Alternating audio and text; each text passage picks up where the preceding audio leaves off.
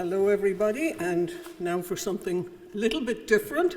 I would like to start by presenting Geertje Schutema's apologies. Unfortunately, she wasn't able to be here today. She would have brought a different perspective to this talk because she actually is a social scientist, and I'm not. But I am Maeve Boland, and I'm on the ops team at iCRAG. And I've done a lot of multi and interdisciplinary work over the years, though I do not claim to be a social scientist. So as part of the ops team in iCRAG, we have certain goals that the centre has.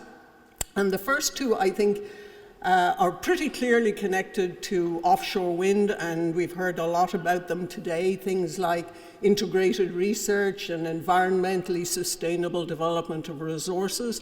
But the third goal is understanding how people and the earth interact with one another.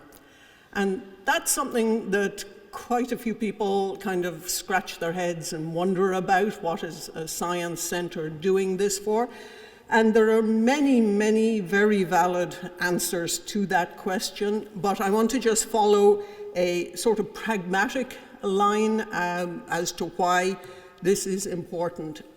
And this, in case, I don't know if you've ever encountered the UN Framework Classification for Resources, but this is one of those multi-criteria decision tools that we've heard a bit about.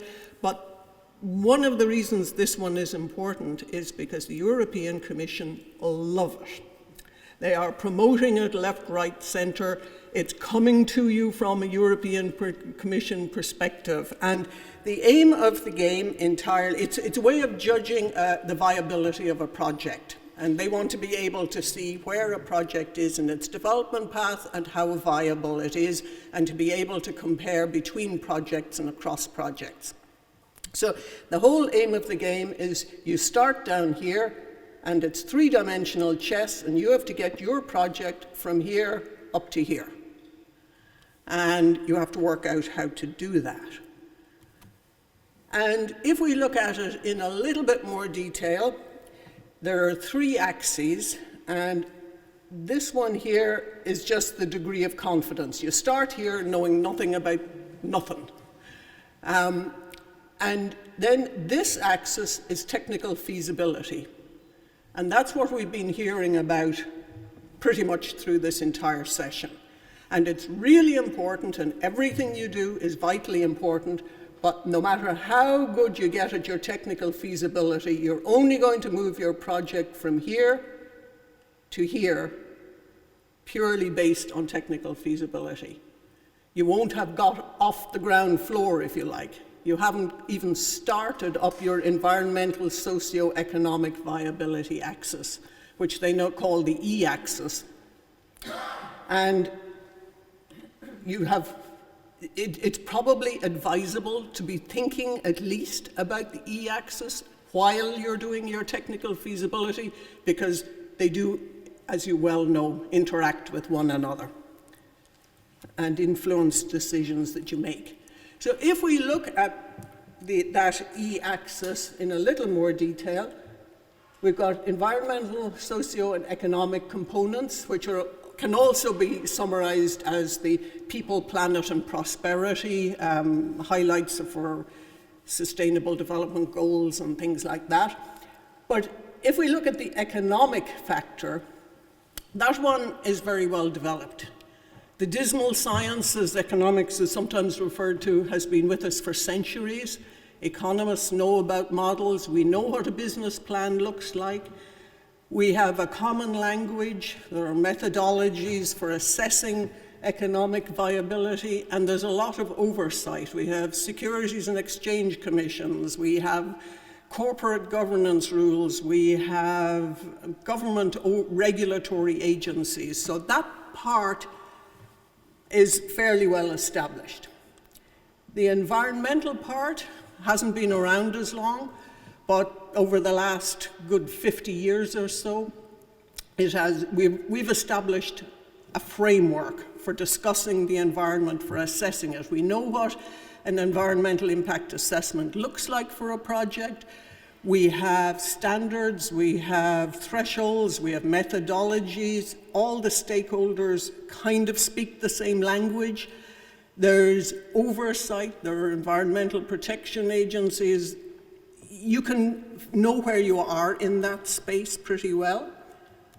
But if we come to the social part, I think it's fair to say we aren't quite there yet, especially in the resources side. We don't actually even know the questions to ask to really assess the social viability of a project. We know when you've lost it, when you've lost social acceptance. That, we're taking down wind turbines onshore as it is. This is not where we want to end up. So there's a lot of both theory and applied research to be done in this sector. And there isn't the language that stakeholders can communicate with one another yet. And we also don't have those agreed oversight bodies. It usually ends up by default pretty much in the planning system or in the courts. And they aren't quite as built for purpose as an EPA is, say, for the environmental side. So it's in all our interests, no matter where you are on the spectrum of decision makers, either as a project manager or as a government agency or as an NGO on one side or another of the spectrum. It's in all our interests to make this a lot stronger and more robust, I would suggest. And coming to the sort of research we do in iCRAG, we are only building out our social science research. Anyone who's done interdisciplinary or transdisciplinary or cross-disciplinary, choose your word, even the wording is confusing, research knows that it's very difficult to get this up and running. And I've heard that it takes 2 years to get people from different disciplines just even understanding what each side is saying. But we have had several years of experience with this, and we are looking now to do three big categories of where we can build on our existing work. And the first one up here is perception, how people perceive their environment. How do people think about the marine environment in this case? It's usually a product of historical, cultural, and very personal responses to stimuli that they've had over the years. It's very variable, but we can't just say we can't measure it. We have to at least try and get a handle on this, and we have a project in review at the moment. We are hoping it will be successful, but it's a bit of a path to go still, looking at cultural connections between coastal communities and the marine environment, and that, if it is funded, will have direct implications, the findings for offshore energy. The other one here is the influence and the importance of values. In all of this, the good thing is that even though we tend to look at this and say there isn't a lot of, we're starting from nowhere, there's a lot of social science in other fields and applied to other areas that just hasn't been translated into the questions we're asking. So one of the things that social scientists do find is that when information is complex, and it is for the offshore environment, people will make decisions based on their values, not on the facts. See, it's no good just throwing another spreadsheet at people. They will respond based on their values and teasing out what those values are so that you are addressing them, either trying to promote your values or to address other people's concerns is really important. And we have a big project that we hope, it's within final days of being signed, the grant agreement. It's not directly on offshore, but it is on how people trade off their values and how they make decisions regarding the raw materials for renewable energy. And if, presuming that goes ahead, the findings from that will directly be transferable to a lot of the questions that you're addressing in the offshore wind environment as well. And then there's another project that we did work on in the Midlands on the energy transition and the closure of the peat production there. And that's on the question of social justice and how people's perception of how they've been treated. Have they been treated fairly, equitably? Have they been respected?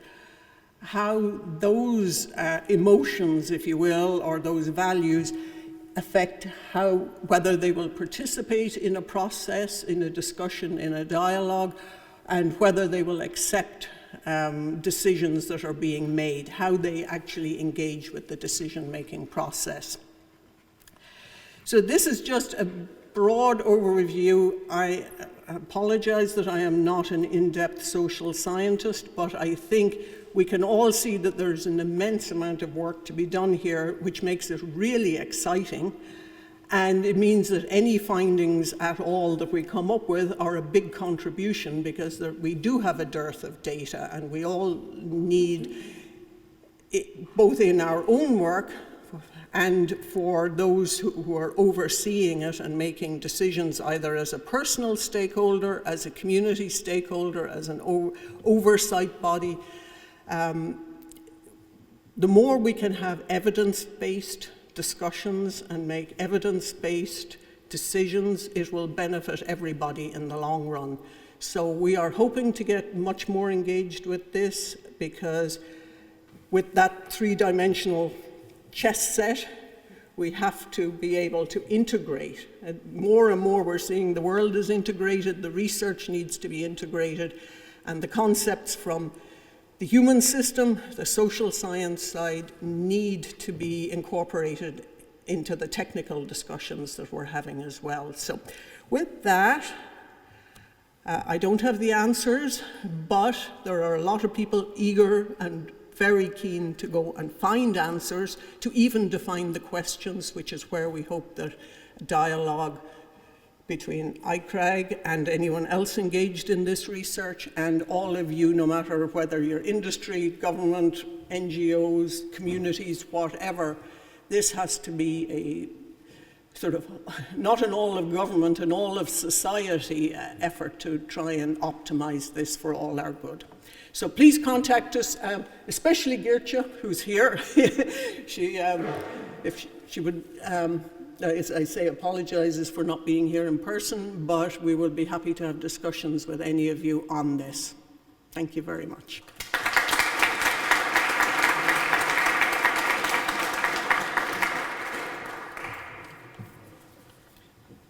Any questions, any speeches from the pulpit, which is what often this provokes? Hi, Maeve. Thanks very much. I'm going to take this off. Going back to that three circles, environment, social, and economic. I imagine the planning involved in economics is pretty easy. People push towards because they want money. Planning for environment is a lot more extensive. And social would probably be more extensive than environment, I imagine. How do you find that balance between the three while potentially risking years of planning and compliance to kind of get that balance? Is it... That's the game. If you're a manager and managing a project, risk management is your business, and you have to assess the risk in each of these categories as well as the technical, and figure out where your comfort zone is and where you don't come to a yes-no decision. But if you ignore any of them, somebody else will make your yes-no-go, no-go decision for you. And that's not the place you want to be in. So you want to be ahead of the curve. Sure. To as much information, I guess. Thank you.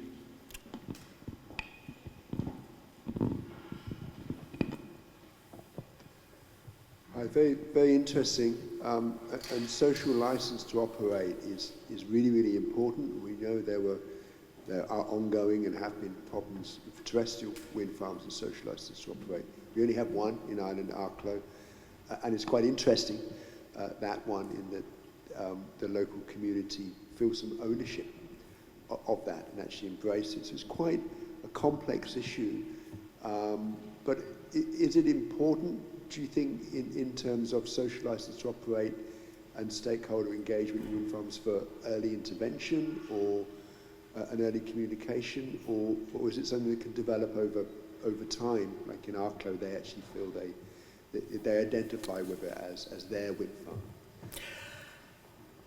Oh, that's, if we knew the answer to that would apply in every case, we would not be asking these questions. I think, just as with every project, everything is site-specific, so one size does not fit all, and you can do more harm than good by rushing in and assuming you know the answer.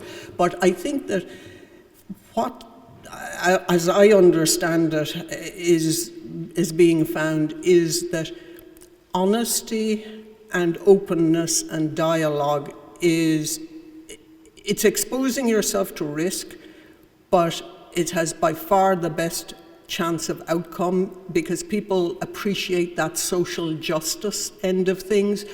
Now, you have a spectrum, so there are some people that are going to be against or for no matter what, but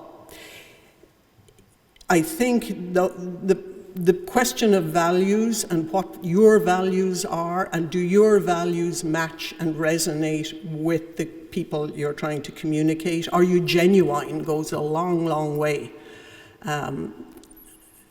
It doesn't solve anything, but you have to aim for the big, the middle ground and hope to carry enough of that, whatever your opinion is. The people for and against are fighting for the same ground, so it's an interesting thing, yeah.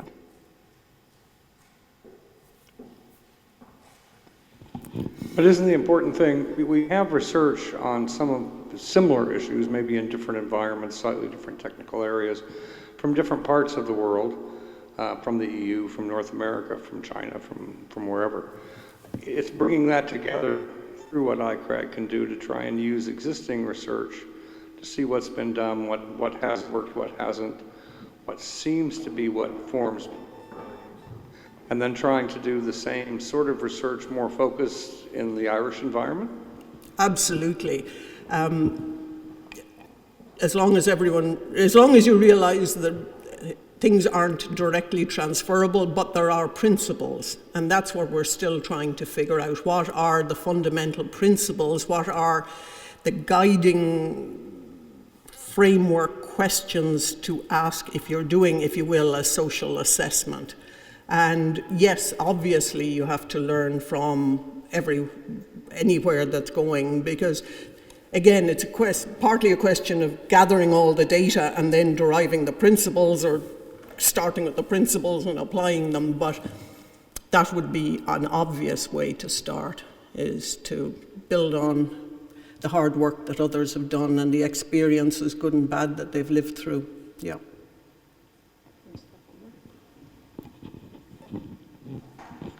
Hi, Maeve. Thank you so much for that. That was brilliant. Because I think we have to remember that social license to operate is considered natural resources business as the highest risk, now ranked for the last 3 years. But at the same time, when we're using the data from it, we have to realize also working with engineers, and engineers like numbers.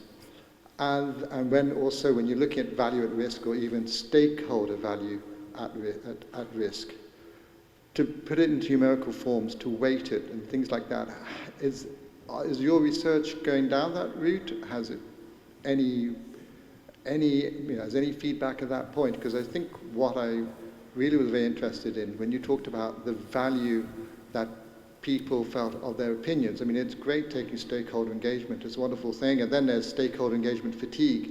In other words, what's the point of coming to a meeting if you're not going to be really listened to, and how to incorporate that? And I actually realized that it's something I really want to read up on, that research that you have done and pending.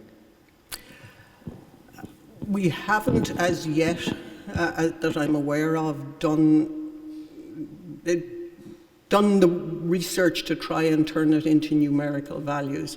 But that is one of the things for frameworks like this. They are actually, you have to have thresholds, you have to have numbers, you have to have something there, and we have to build that structure. iCRAG alone won't come up with the answer, but that's where a lot of it is headed. I mean, economics you can turn into numbers. Technical viability, at least you have an idea where you're progressing. We will need to get there. I don't have the answer to those knotty, impossible, wicked problems where things are such a mess that there's no answer, but you want to try and at least tip the balance in favor of informed decision-making by everybody involved in the process from the beginning. I mean, realistically informed decision-making is a goal that should be achievable, that people are agreeing on what they're talking about, even if they're coming to different conclusions at the end of the day. But there's an immense amount. I mean, this is the future, it's the present, it's the past as well, unfortunately, in many cases, but we'll just have to learn from that and create this field of study and field of application that we're all looking for right now. But we can do it. It takes time. That's one of the problems. Just teasing out what people think and how they think is time consuming. The answer won't be 42 or whatever the magic number is.